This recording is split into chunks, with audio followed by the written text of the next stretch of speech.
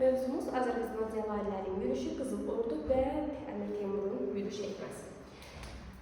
Deməli, başlayırıq cəvahirlərdən. Bu tərəfdə xarici şəhərin yürüşünü yazacaq. Bu tərəfdə Şirvanşahların onlarla münasibətini yazacaq.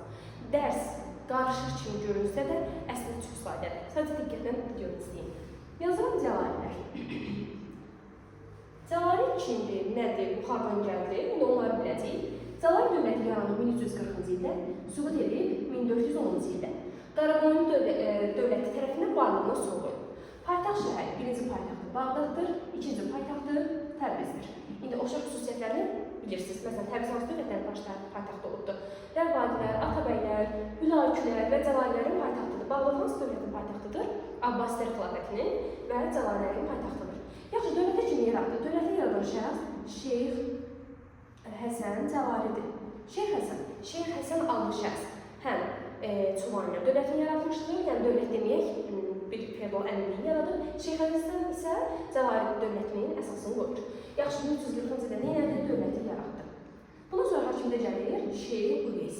İndi bu tərəfdən də Şirvanşahları dövləti yazacaq. Şirvanşahlar dövlətində biz Kəsranilər sülaləsi eşitmişdik, düzdürmü? Kəsranilər sülaləsindən Çavuz Keykubat var idi. Çavuz Keykubat 1367-ci ildə Cəlalirlərin asıl vəziyyətə düşür. İndi belə bir hadisə olur. 1359-cu ildə Şeyx Uveys, baxır ki, Azərbaycanda qarışıqlıqdır, gəlir yürüş edir Təbrizə. Təbrizi tutsa deməli haram tutdu, bütün Cənubi Azərbaycan tutdu və Təbrizdə Dövlətxana adlı saray inşa etdirir.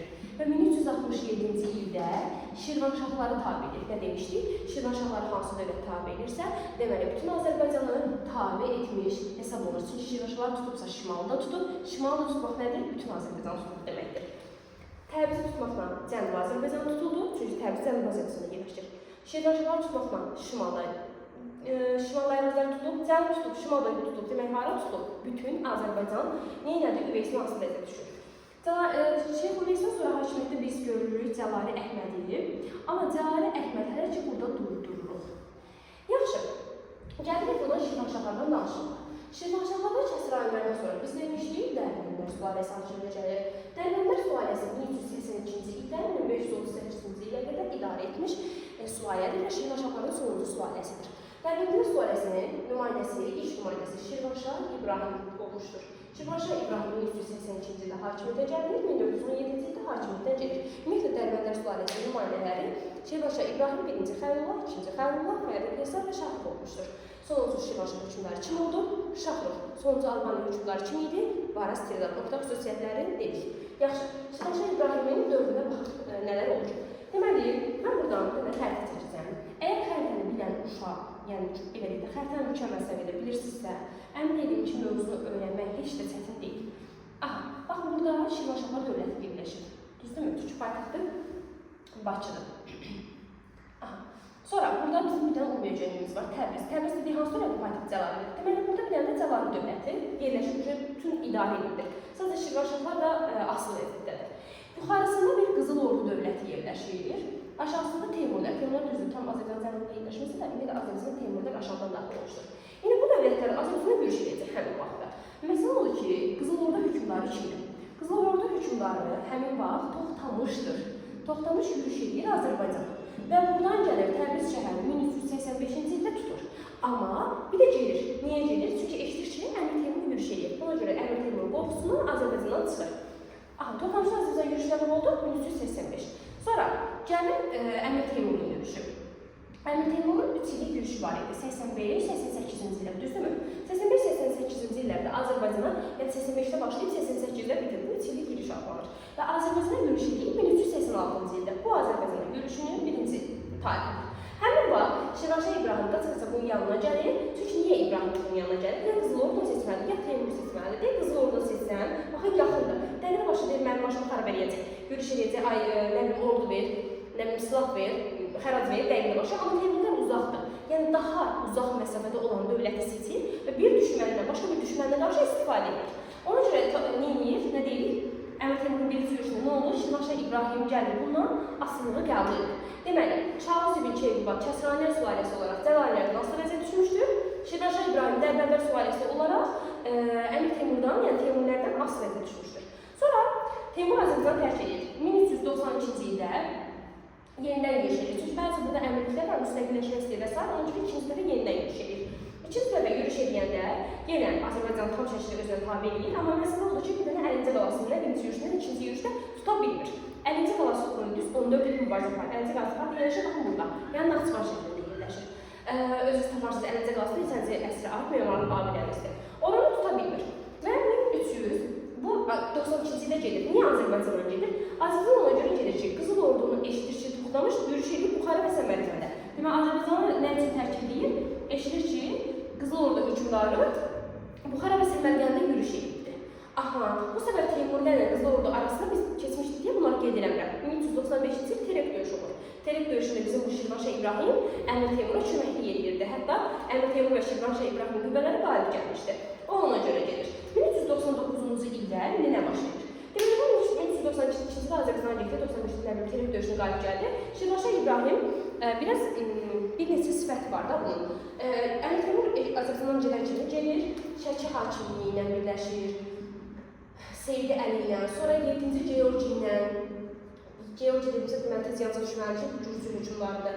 Bunlarla ittifaqa girir Teymura qarşı. Teymur gələndə deyir, mən səndən asılıyam. Teymur gedən kimi gelir xarici ölkələrdən belə deyək də müqavilə imzalayır Əmir Teymura qarşı. Əmir Teymur 1399-cu ildə Azərbaycandan yenidən yürüş edəndə əsasən də Şəki üzərində gəlir. Şəki üzərində gəlir və Şəki hakimi Əhməd hakimiyyətdən atır, Əhmədə gətirir hakimiyyətə. Niyə? Deməli, Şirvanşah İbrahim Əhmədə deyir ki, gəl ona boyun əy, mən necə boyun əymişəm, deyir, sən də boyun əy, baxın ki, video qeyd edir, hə. Deyir, mən necə boyun əymişəm, sən də boyun əy, səni hakimiyyətə saxlayacaq. Seyid Əhmədi burada qoyur hakimiyyətə və gedir. Tam 1400-cü ildə 14 il mübarizə partları Əlincə qalasında nə edir? Fəth eləmiş olur. O, bu Əmir Teymurun yürüşləri. Bundan sonra nə olur? Əmir Teymur, burada indi bir dənə hadisə var. Baxın, bu tərəf bizim dövlətlərdir, yəni Şirvanşah dövlətidir.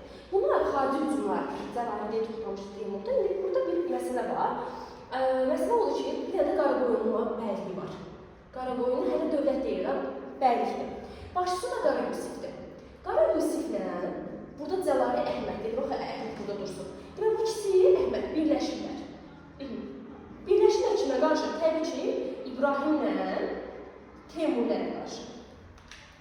İbrahimlə Teymur bir tərəfdədir, Cəlalilərlə də Qaraqoyunlar bir tərəfdədir. Qaraqoyunlar hələ ki, bu hissələrdədir, qərb sahillərdədir. Bunlar birləşirlər. Bunlar arasında bir döyüş olur. Döyüşün adı, onsuz kesinlikle deyəcək, amma elə bir yadınıza saxlasınız kifayətdir. Bağdat yaxınlığında döyüş olur. Biz demişik ki, elə sərkərdələr var ki, heç vaxt məğlub olmayıblar. Məsələn, Çingizxandır, Makedoniyalı İskəndərdir, Əmir Teymurdur. Teymur yenə qalib gəlir. Teymur qalib gələndə Qara Yusiflə Əhməd qaçır Osmanlı dövlətinin ərazisinə sığınır. Osmanlı'nın da hakimiyyəti kimdir? 1-ci İbrahim Bayaziddir. 1-ci Bəyazidə Əmir Teymur Baçıqda zəng edir ki, belə da, yəni bunları mənə verməlisən falan filan. 1-ci Bəyazid deyir ki, mənə sığınanı vermərəm. Bəyazid vermədiyinə görə 1402-ci ildə Ankara döyüşü olur bu səfərdə. Ankara döyüşü kimlər arasında olur? Baxın, dərs qarışıq deyil ha. Sadəcə diqqətlə dinləmək lazımdır. Ankara döyüşü kimlər arasında olur? Yenə bu Teymurlərlə İbrahim bir tərəfdədir. Burada da kimdir? Osmanlılardır. Amma yenə deyim ki, Teymurlər heç vaxt məğlub olmuyor, elə yada saxlayırsınız. Burada Osmanlı məğlubiyyəti olur. Osmanlı məğlubiyyəti olduqdan sonra Qara Yusiflə Əhməd hara qaçacaq? Bu səfərdə qaçırlar Misirə. Əmir Teymur bu səfərdə Instagramdan zəng edir, Misir hökmdarına deyir ki, bəs belədir də vəziyyət, bunları saxla, mən özüm gələcəm, amma mən bir əraziyə yürüş edəndən sonra gələcəm. Və bizim hər dəfə bir hadisə olur, kimsə ölür, biz elə bir rahatlığa qovuşuruq. Əmir Teymur 1405-ci ildə Çin üzərində yürüş edəndə ölür, yəni Çinə yürüş eləməmiş hökmdar sayılır. Və ona görə də Misir hökmdarı deyir ki, Əmir Teymur vəfat edir və zindanı açıb deyir, çıxa bilərsiniz. Yəni Qara Yusiflə Əhməd oradan gelir. Yaxşı, sonra nə baş verir? Əmir Teymur öldü, deyir ki, 1405-ci ildə. Aha, aləm nəyəcək bir-birinə. Aləm necə dəyir bir-birinə? Bu ölür. Sonra Şirvanşah İbrahim fəallaşır təbii ki, bu satqınlıq. Bu fəallaşır. Əslində satqın demək biraz düz çıxmaz. Yəni, belə deyək, daha siyasətçi adam olubdur. Kimə ona necə xeyir verirsə, onun yanında olubdur. İndi Əmir Teymur öləndən sonra 1-ci İbrahim gəlir Qarabağı, Gəncəni özünə tabi edir. Sonra gedir Şəki hakimliyinə yenə birləşir, Gürcülərlə yenə birləşir və 1405-ci ildə Şirvanşah İbrahimlə bu səfərdə Teymurilər arasında döyüş olur. Döyüşün adı yenə Kür döyüşüdür və Teymuri hükümdarı, yəni Teymuri başçısı daha doğrusu məğlubiyyətə uğrayır. Teymurlərdə də dövlət həmin vaxt idarə edib Ömər. Ömərin məğlubiyyətə uğradır ki, Şirvanşahlar. Demək, Şirvanşahlarla Teymur arasında 1405-ci ildə Şur sahilində döyüş olmuşdur. Nəticədə Şirvanşahlar qalib gəlmişdir. İbrahim qalib gəlir. Və İbrahim 1406-cı ildə gəlir Təbrizə. Baxın, buradan gəlir Təbrizə. Və 1406-cı ildə demək 2 ay müddətində bütün Azərbaycanı vahid şəkildə birləşdirir və idarə edir. Cəmi 2 ay.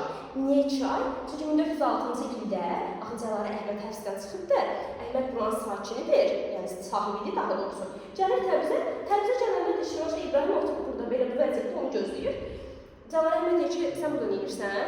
Sən Şirvanşahın hökmdarı deyilsən, başımıza oynatmırdın. Əmir Teymurla birləşib bizi məğlubiyyətə uğratmamışdın. Şirvanşah İbrahim deyir ki, yox, səhv başa düşürsən, mən baxdım ki, bura sahibsiz qaldı, ona görə gəldim idarə elədim. Məmləkətin sahibisən, gəlirsən, 5 min yılıb gedirəm. Və çıxır, gedir. Cəlalə Əhməd gəlir bura və sonraki hadisələr sonra öyrənəcək. Yəni Cəlalələrlə bu səbəbdə Qaraqoyunların əvvəl dostkən, sonra necə oldu ki, müharibəyə çevrildi bu hadisə, onları öyrənəcək. Baxın, çox sayıdadır. Sadəcə birinci Cəlalələrdən başladıq. Toxtamışdan, Əmir Teymurdan danışdıq.